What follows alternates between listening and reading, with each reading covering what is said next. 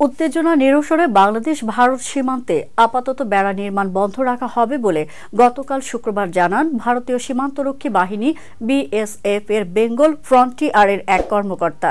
সংবাদ মাধ্যম Times of India জানিয়েছে, সোমবার পশ্চিমবঙ্গের মালদার বৈষ্ণবনগরের কাঁটাতারে বেড়া দেওয়ার চেষ্টা করে বিএসএফ, কিন্তু এতে আপত্তি জানায় বাংলাদেশের বিজেপি। তা সত্ত্বেও মঙ্গলবার আবারও বেড়া নির্মাণের চেষ্টা করে বিএসএফ। তবে ওই দিন পতাকা বৈঠকের পর নির্মাণ কাজ ফের বন্ধ করা হয়। এরপর এটি আর শুরু হয়নি। বিএসএফ সাউথ বেঙ্গল ফ্রন্টিয়ারের সিনিয়র কর্মকর্তা টাইমস অব ইন্ডিয়াকে বলেন, যেহেতু বেড়া নির্মাণ জরুরি নয়, তাই অপ্রয়োজনীয় উত্তেজনা এড়াতে নির্মাণ কাজ বন্ধ রাখা হয়েছে। এটি দ্রুত শুরু হবে, তবে আমরা কোনো দিন তারিখ নির্ধারণ করছি না।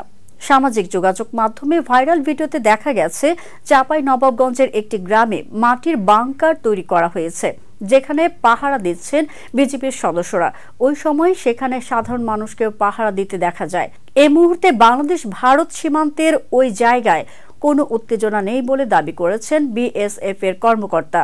পশ্চিমবঙ্গের সঙ্গে বাংলাদেশের 2216 কিলোমিটার সীমান্ত রয়েছে, যার 50% কোনো বেড়া নেই। এর মধ্যে মালদার 172 কিলোমিটার সীমান্তের 27 কিলোমিটার বেড়াবিহীন। বিএসএফ এর কর্মকর্তা দাবি করেছেন, তারা গত বছর এ বেড়া বানানো শুরু করেন, কিন্তু বিরূপ আবহাওয়ার কারণে এটি কয়েক মাস বন্ধ রাখেন।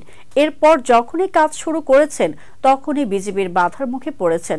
তবে পরিস্থিতি স্বাভাবিক হলে আবারও নির্মাণ কাজ শুরু হবে বলে জানিয়েছেন তিনি।